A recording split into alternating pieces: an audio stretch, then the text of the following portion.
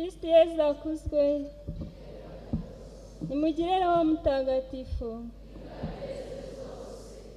Nkuko bamaze kubivuga, nitwa Seri Felicite Nyiransabimana, ndi umubikira wiyeguriye Roho Mutagatifu, tuzwi ku izina rya Seri Zobrate di Saint-Esprit.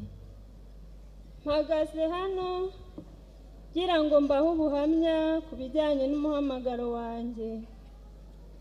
Ndahera uko byatangiye kugira ngo namwe bamwe muri mwebwe wenda hari abameze nkanjye cyangwa se bashobora kuzamera nkanjye, kugira ngo bitwubake mu buzima bwacu. Njyewe rero uhagaze imbere yanyu, natangiye kumva umuhamagaro ngeze mu mwaka wa 4 primaire. Ntago nari nzi byari byo, nta nubwo ari uko nari mbisobanukiwe, ariko nkumva nifitemo ikintu cy'ikinyotera ntazi nanjye gusobanurira nk'umuntu. Naje kujya mu misa kuri paruwase yari iri kure yacu, ariko aho ngiriye mu misa nicara mu kiliziya. Ntago nakundaga kubona ababikira kuko bari kure ya santrali yacu. Nicara mu kiliziya, hari harimo abamaseri, hanyuma mfatwa ubwo. Narababonye iyo misa mu buzima bwanjye, numvise ariyo misa indyoheye. Nta nubwo twavuganye, sinanabashuhuje, ariko natashye numva ubuzima bwahindutse. Naragiye njya kwinkomeza amashuri ngera mu mwaka wa 5, ariko nkumva nifitemo icyifuzo cyo kuzaba nk'uwo muntu nabonye. Ntangira kubaza amakuru yabo, ariko nkabura umuntu binsobanurira ku buryo bwuzuye. Igihe cyarageze ngera mu wa 6, gusa abana twiganaga cyangwa se abarezi banderaga bakundaga kunyita maseri, ariko nkabirwanya nivuye inyuma kuko sinashakaga ko hari umuntu umenya ibyanjye. Naje rero kwibaza ukuntu icyo kintu kindimo ntashobora kukibwira n'ababyeyi.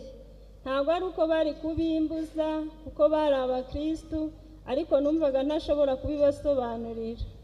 Nageze mu mwaka wa 6, biba ngombwa yuko ngira amahirwe ndatsinda, ariko ntago natsinze mu cyiciro cya mbere, naje mu cya 2, ariko nari nahawe ikigo.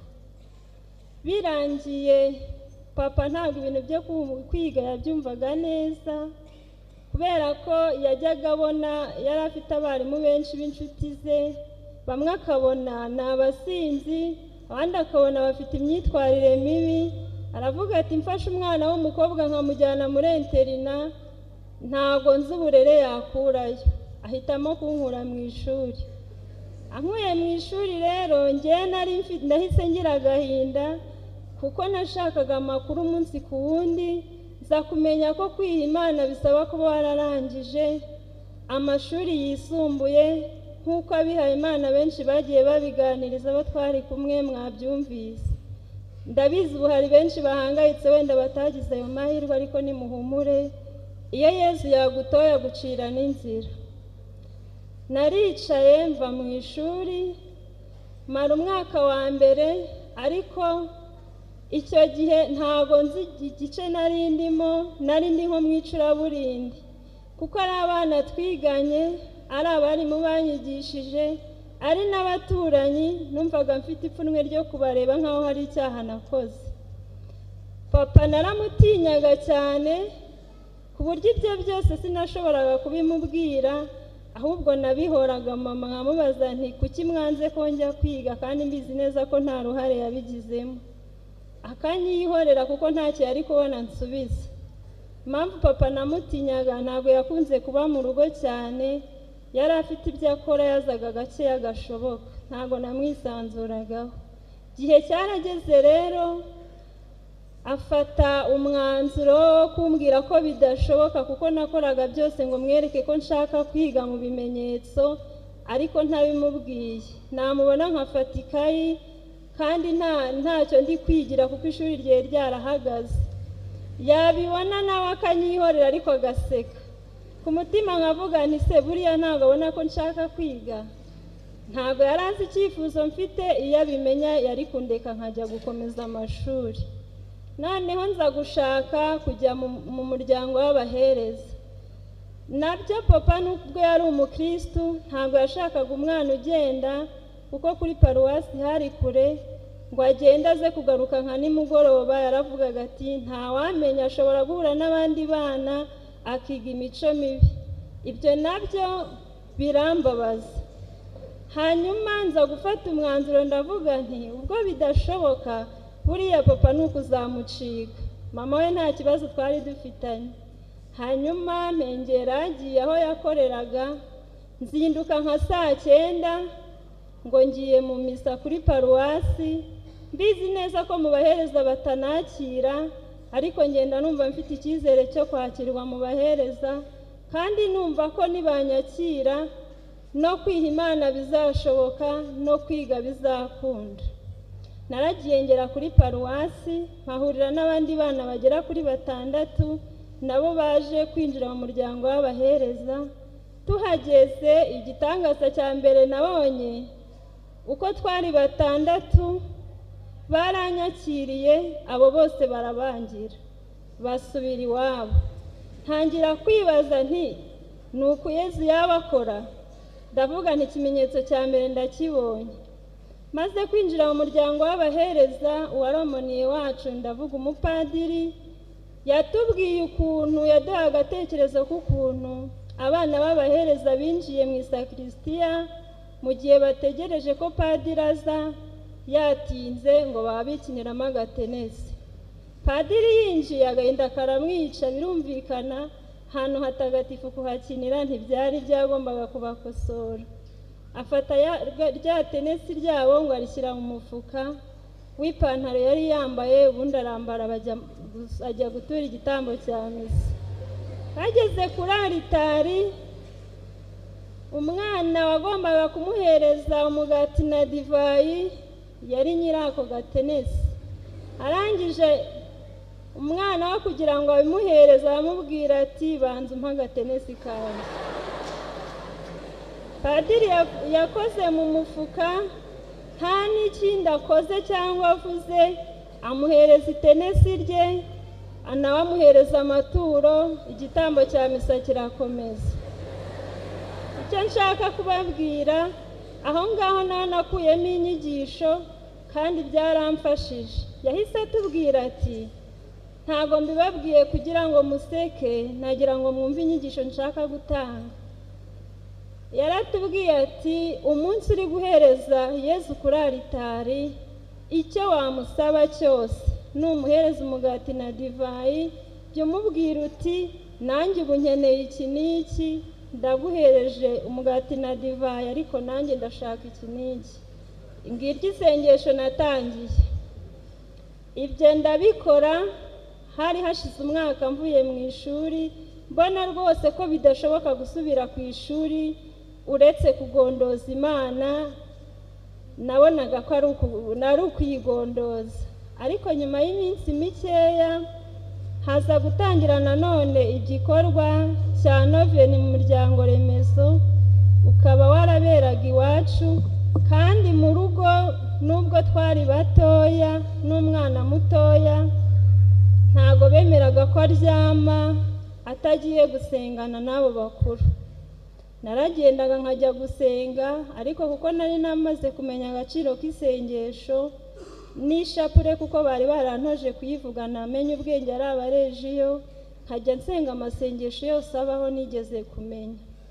Hanyuma muri icyo gihe cya noveni, ubwo abandi basabaga ngo amahoro, basabiraga kiliziya n'isi yose, cyewe ndavuga kuko nari narumvishe mama avuga ngo ikintu usabye mu minsi 9 cyose uragihabwa.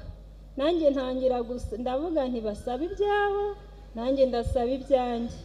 Ntangira gusaba Imana. Ari umwaka wa 2, urumva kuretse gukorera mu kwizera byonyine nta kindi nari ndambirijeho. Ndavuga nti Nyagasani, urabibona neza rwose ko ntako ntagize, ndakwinginze ngo umfashe iyi noveni ndi gukora iminsi 9 n'amasengesho ngo uture igihe ndi kuguhereza bitanga umusaruro muri uku kwezi. Hanyuma twagombaga kwinjira mu kwezi kwa 9 aribwo twatangiraga umwaka mushya w'amashuri. Mu kwezi kwa 8 haza kuntangira kubwira mu rugo nti mwanze ko njya kwiga, ariko hari umubikira ugiye kuza hano muzamusobanurira impamvu, ariko bakagira ngo wenda ndi nko mu nzozi. Habura nk'iminsi 3 haje umubikira mu rugo wo mu muryango n'ubundi w'abikira biyeguriyeho mutagatifu. Ntago twari tuziranye habe namba, no mu rugo ngo bamuherukaga kera atari Imana. Aje anyuze mu rugo ku marembo hakinguye, ntiyinjira mu rugo, nari ndi nyuma y'inzu nigunze. Hanyuma aho kwinjira mu rugo aza aho ngaho nari ndi kandi ntiyarazi ko hari umuntu uhari. Numva umuntu amamagaye mu izina, kandi numvaga uwo munsi ari umunsi wanjye wa nyuma nihebye, hari mvuga ntibanze ntazongera gusenga. Ndebye nsanga ni umubikira, ariko ngira ngo ndimo nko kurota nshaka no kwirukanka. Hanyuma arampamagara arambwira ati ngwino tugende. Turagenda tujya mu rugo, arambaza ati amakuru. Aho kumubwira ati ni meza cyangwa mabi, naramubwiye ngo banze ko njya kwiga. Hanyuma abwira mama ati kuki umwana mwamukuye mu ishuri ari mutoya. Arangije afata mama aramubwira ati nubwo se adahari ariko ngiye kugutuma. Ibintu ni bibiri, muramumpa mujyane cyangwa musubize ku ishuri. Arangije aramubwira ati ibyo uzabivugana na se. Hanyuma papa aje babimubwiye aravuga ati n'ubundi naranze kumurekura ngo ajye muri interina kugira ngo menye uburere muha, noneho kugira ngo murekure ngiye kumusubiza mu ishuri. Nifuzaga kwiga mu ishuri ry'abihaye Imana, ari nacyo nasabaga Imana. Hanyuma ibisubizo bizira rimwe, bansubiza mu ishuri. Njya kwiga mu ishuri nifuzaga ry'abiyeguriye Imana, n'ubundi ababikira biyeguriyeho mutagatifu ku ishuri rizwiho Elena Guerikeza. Mba mbonye uburyo bwo kujya kwigayo, ndangije ntangira ubuzima hanyuma bw'ishuri. Hanyuma ntangira no kumenya neza no gusobanukirwa n'ubuzima bwabo n'umuhamagaro wabo. Batangira kumfasha nkajya njya mu masesiyo, nayo nagendagamo ntabikwiriye kuko banyirwiraga mu bandi bana, hagombaga kugenda nk'abasiziyemu bakanjyana niga nko mu wa mbere. Ibyo byose nkomeza kubibonamo igitangaza cy'Imana kugeza uyu munsi. Nyagasani Yezu yaramperekeje aramfasha kandi anshira inzira aho nabonaga bidashoboka. Namwe rero bavandimwe barumuna bacu, urubyiruko muteraniye hano, nimba hari ushaka kwiyegurira Imana akaba abona hari inzitizi afite imbere ye, nta handi igisubizo ushobora kugikura uretse kuri Yezu. Ashobora ibyananiranye kandi ahindura ibyanze guhinduka. Kristo mizero yacu, tumurangamire azadukorera byose kandi aduhe kugera ku cyo twifuza. Murakoze.